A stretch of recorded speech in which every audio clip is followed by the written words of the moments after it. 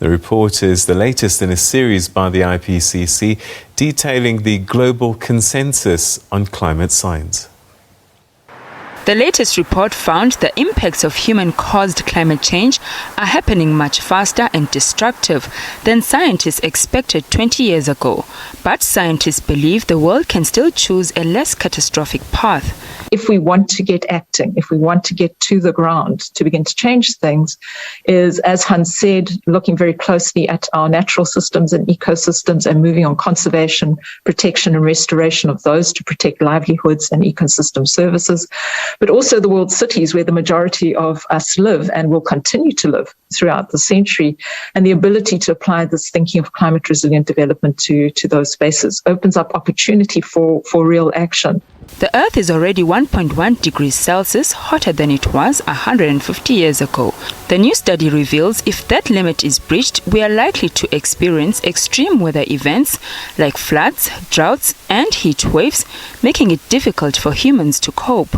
What we see in the world is a huge implementation gap in terms of climate action. So there is a deficiency in terms of the action on mitigation. There is a deficiency in terms of the action on adaptation, and bringing these actions together with the focus on reaching sustainability in a process that we call climate resilient development, covering the resilience of natural systems as well as human systems, has a closing time window. During the 2015 Paris Climate Conference, parties to the UNFCCC reached a landmark agreement to combat climate change by intensifying the actions and investments needed for a sustainable low-carbon future. The global net human-caused emissions of carbon dioxide needs to fall by 40% by 2030, reaching a net zero around 2050. Meanwhile, governments and policymakers have been urged to avert a climate disaster that is likely to push 40 million people into extreme poverty by 2030. Well, for some reaction on the report, we're now joined by James Reeler, who's a senior climate specialist at WWF South Africa. James, thanks very much indeed for joining us. What are your big takeaways from this report? Hi. I guess there are a number of big takeaways, but the critical one, obviously, is that the impacts of climate change are happening faster than we expected, and we have better understanding of that rapidity and sort of when we can expect some of the thresholds to be passed. But also that, we haven't missed the boat entirely. This is the moment, the last moment, if you like, where we can really take some urgent action and avoid some of those the more disastrous outcomes. Effectively, what we do now makes a huge difference, even in the near term, in terms of what we see in terms from climate change. And I think one of the things that's most important that's come out of this report is the essential role that restoration of natural systems also will play in this. And that means not just sort of nature out there, but actually trying to look at how do we integrate some of those systems into urban environments. How do we really manage comprehensively and at a political level to make these changes will be the determining factor in, as your report has said, how many people fall into extreme poverty and how severe those final impacts are. But most importantly, some of the changes have already happened and some of them are unavoidable. And the longer we go down this road, the more limited our options are for adaptation. All right, so we'll talk a little bit more about some of the things you've said. But first off, we've reached a moment, but it seems as if that there are some things that we already can't fix and can't reverse now, and we just have to live with them now. Yeah, I think that's the case. What we know is that at 1.1 degrees, right, we're more or less committed by 2030 to reach that 1.5 degree threshold. So that there are some concerns that at that point, and we don't really know where these happen, but we reach these thresholds and kind of tipping points where some systems start to break down, and some may exacerbate the outcomes. Others, may be recoverable. But so, for instance, for small island developing states and for countries that are really dependent on glacial meltwater, that 1.5 degree threshold is really a point where the natural systems that they rely on start to break down, and they don't necessarily recover even if we have this sort of overshoot and pedal back towards the end of the century. And so, as we say, that some of the projections for the end of the century where we're going to stay within 1.5 degrees, we actually go significantly past it and then draw back. And in those sorts of circumstances, we may have already committed to, changes for developing nations, particularly on small islands, but also a number of other places where we can't come back.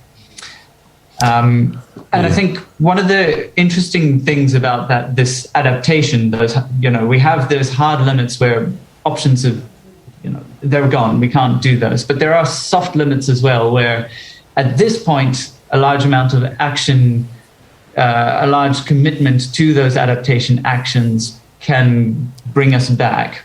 And the question largely at this point is, how much action we put forward and where and when we do it.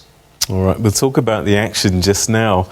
The co-chair of the IPCC, Professor Deborah Roberts, said, "Our report clearly indicates that places where people live and work may cease to exist, that the ecosystems and species that we've all grown up with and that are central to our cultures and inform our languages may disappear." This sounds pretty apocalyptic. Is it that scary? Yeah, so one of the things about the messaging around climate is that it's scary. And the point is that none of this is written in stone. But yes, absolutely. We do know that some ecosystems are now effectively unviable. We're going to see this sort of systemic change from one to the other. So a good example is, or historical example, if you like, is the Sahara, once was actually a forested region, and progressive action, deforestation and overgrazing, but combined with some changes in climate have led to this long-term desertification. Now, that's not necessarily the case all over the world, but we do know right now that with a world that's warmer than effectively it has been throughout the majority of human history, that the world we live in now is not the world we grew up in, and we're committed to further change over the next few decades at a minimum. And so for systems like the Amazon, there comes a point, a threshold where it may eventually just transform entirely into a savanna, which would be, as you put it, somewhat apocalyptic, because those are the lungs of the earth. And we don't know where those points are for any system. We do know that some of them, we've seen those seen changes, but broadly, they happen at different places. All right, so this is the moment. Although I've heard this before, I remember, I think it was COP16 or 17, that far back, this is the moment. And it sounds as if people are not getting the message, maybe, or the politicians have got other issues that they consider more urgent. But if we do miss this decade, is this it now? I mean, is it genuinely this is it? No. So the question really here is, how much of an impact are we prepared to take? It's a slippery slope. I mean, eventually we will reach a point where civilization is unviable if we don't do something. And the longer we go down this slope, the further it is. And I think your point about the message is a very good one. So we have heard increasingly strident calls saying, this is a crisis, we need to do something about it. And there's a pervasive feeling behind it that if it is that important, why aren't those in authority doing more about it? And I think from sort of the perspective of authorities there's this perspective that if it's so important, why aren't people calling for us to do more? Why are they focusing on other things? And it's this incremental process that we're learning. We are now doing certainly much more in terms of climate action, climate adaptation than we have done before. But what we also know is that this report shows us the adaptation gap, the distance between what we need to do to deal with the impacts of climate change and what we have already done is opening wider. We're not driving fast enough.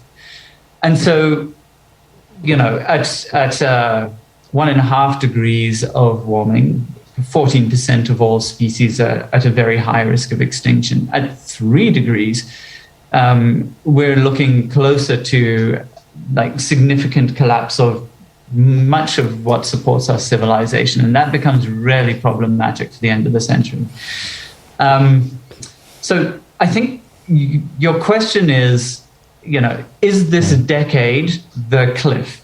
Mm. And the answer is, if we don't do something now, very urgently, we're in risk of falling off the cliff. Those tipping points are the unknowables, where systems like the Amazon collapsing or the Atlantic meridional overturning current shutting down. So this is the current that warms Europe. Mm. What happens when those change is that we get this potential for runaway climate change. But the bigger thing that this report really does do is that it goes in great detail at a local level and tells us what are the impacts that we can expect locally, and also what we can do about it in a pragmatic way. So not just in terms of reducing emissions, which is a sine qua non. It's absolutely a non-negotiable, but also how do we plan for the impacts that we're expecting to see? And sadly, the reality of all of this is that we in Africa and a lot of developing parts of the world are the most vulnerable and yet the least contributors to the problem. And so it becomes difficult, I guess, if you're a huge emitter and you're not as affected, to be as urgent with it as people like us in Southern Africa, Mozambique. We're seeing what's happening with Madagascar and as far up as Malawi. We're getting hit, battered, and yet we're not the huge hitters in terms of contributing to the problem. That's absolutely true. So the question of who gets hit by climate change, the answer is everybody. It has global impacts, and certainly, we've already seen that the first world is not immune to these responses. But certainly, the most vulnerable to the impacts of this global heating are those who are least responsible for it. And that, this report's highlighting that some 32 million more people are likely to experience extreme poverty by 2030. So this is a very short horizon, and that's between 32 and 132, depending on our actions. So the question of who acts is always, it's basically been this significant reason for this delay. And what we're at this point where the reality is that if anybody fails to act, we're missing the boat. And so everybody has an incentive to act. South Africa, as you say, so Africa largely is it's the continent with the smallest potential or historical impact or responsibility. South Africa is the 13th most responsible country in the world if you measure it by our climate change, our sort of carbon dioxide emissions and our historical coal use. So we're not An innocent. We're certainly not innocent in this space. But at the same time, we don't have the capacity to address the impacts that other nations have. We certainly, we rely on this global action, as do all developing nations. And there is a lot that we can do. One of the problems that we have as developing nations is we've long sort of looked at this paradigm of development versus climate, versus addressing climate, as a trade-off. And the reality is that these are things that have to happen in parallel. We can't develop if we don't address climate impacts. It's just we're at sort of significant risk of losing anything we gain. But at the same time, we cannot develop unless we are addressing this climate mitigation obligation. So really we need to, everything has to be centralized around this climate resilient development.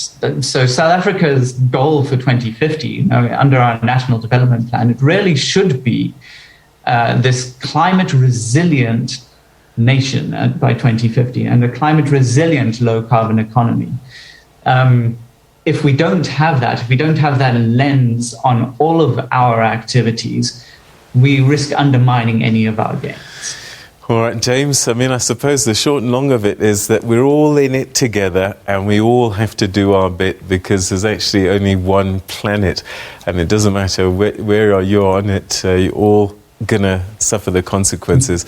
James, thanks very much indeed for joining us and sharing your insights with us on this second instalment of the IPCC report.